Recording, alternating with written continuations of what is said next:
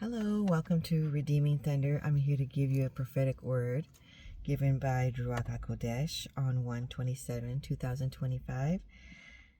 And this word is given at 9:45 p.m. and it's Ola Ayin Sopa. Ola means burnt offering entirely. Ayin Sopa, to be clean, purify, perfumes of your liking, Yahuwah says. I have a surprise for you.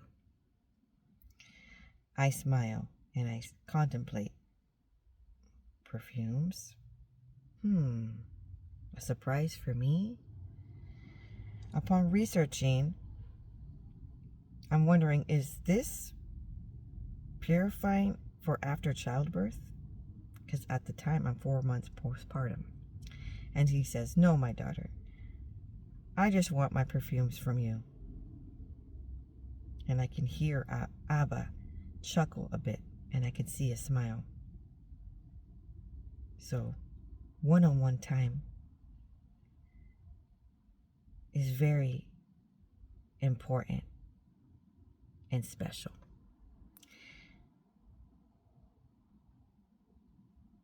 Upon researching more what Allah means, it means to ascend. It means burnt offering ritual in Judaism. In rabbinical literature, there are several different etymologies given for the term Ola, though all agree that it literally translates as goes up, an aroma, a fragrance that goes up. Some classical rabbis argue that the term referred to ascent of the mind after making the sacrifice, implying that the sacrifice was for atonement for evil thoughts, while others argue that it was a sacrifice to the highest because it is entirely intended for Yahuwah. Modern scholars, however, argue that it simply refers to the burning process as the meat goes up in flames. So, in this day and age, we don't burn goats, rams, sheep. We just praise and worship. The first uses of Ola for burnt offering refer to the sacrifices of Noah of every clean beast, of every clean fowl, and offered burnt offerings on the altar, and to the near sacrifice of Isaac by Abraham. Offer him there for a burnt offering upon one of the mountains. And another burnt offering is that of Jethro, Moses' father-in-law, Exodus 18:12. The Nevi'im section of the Hebrew Bible, particularly passages in the book of Judges, presents the practice of burnt offering. In the story of Gideon, a slaughter offering of a young goat and unleavened bread is consumed by fire sent from heaven. In the story of Samson's birth, his father, who was intending to make a slaughter offering so that he could give a meal to an angel, is told by the angel to burn it completely instead. So this type of Ola, praise and worship, has something to do with maybe an angelic encounter, maybe supernatural phenomenon will occur, maybe is a sacred one-on-one intimate moment with Yahuwah, and he's going to anoint you with oil, and you're going to ascend, a higher ascension of connection with him. Okay? Initially, the burnt offering was required to be offered on an altar on earth. After the tabernacle was built, it was specified that the tabernacle altar be used. The major types of sacrificial offerings, their purpose and circumstances, details of the performance and distributions afterwards are laid out in the book of Leviticus. So specifically Leviticus 1:1-7. The animals were required to be unblemished. The list of blemishes included animals that are blind or broken or maimed or have an ulcer or or eczema or scabs. Couldn't use those. The animals were brought to the north side of the altar and ritually slaughtered. The animal's blood was carefully collected by a priest and sprinkled on the outside corner of the altar. Unless the animal was a bird, its carcass was flayed with the skin kept by the priests.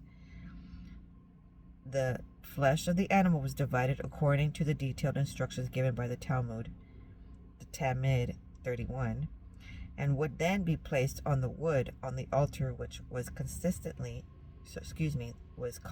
on fire due to the large number of sacrifices carried out daily, and slowly burnt. After the flesh, including any horns and goats' beards, had been reduced to ashes, according to the following morning, the ashes were removed by a Kohen as refuse and taken to a ritually clean location outside of the temple. The burnt offering was offered together with a meal offering and a drink offering. Hallelujah. When quantities depend on the variety animal being offered. So usually they were bull, ram, sheep, or goat. The schedule of obligatory sacrifices include burnt offering appears in the book of Numbers 28:1 until chapter 30 and verse 1. These include daily offerings as well as additional offering for Shabbat, Rosh HaKodesh, Rosh Hashanah, or you could say Hashanah, Passover, Shavuot, Yom Kippur, and Sukkot. The sacrificial animals were required to be bulls, rams, goats as sin offerings, and lambs. A korban olah was also made as a sin offering on the appointment of a priest on the termination of a Nazirite's vow. And Nazirites was Samson. Okay? After recovery from Tazarah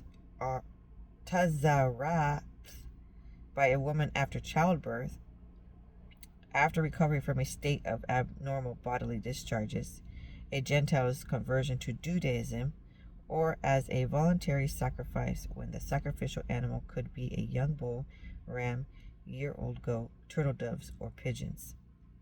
So I read all this, and that's why I asked him, so is it because I just had a baby? And he was chuckling and smiling, but he's like, no, that's not the reason. Sometimes it could just be a voluntary sacrifice. Hallelujah. So as I read through this, I am aware that on the supernatural diaries, Yahuwah wants me to teach you the Judaism religion, because that was his religion. That was Yahusha's religion. That's what he practiced. And these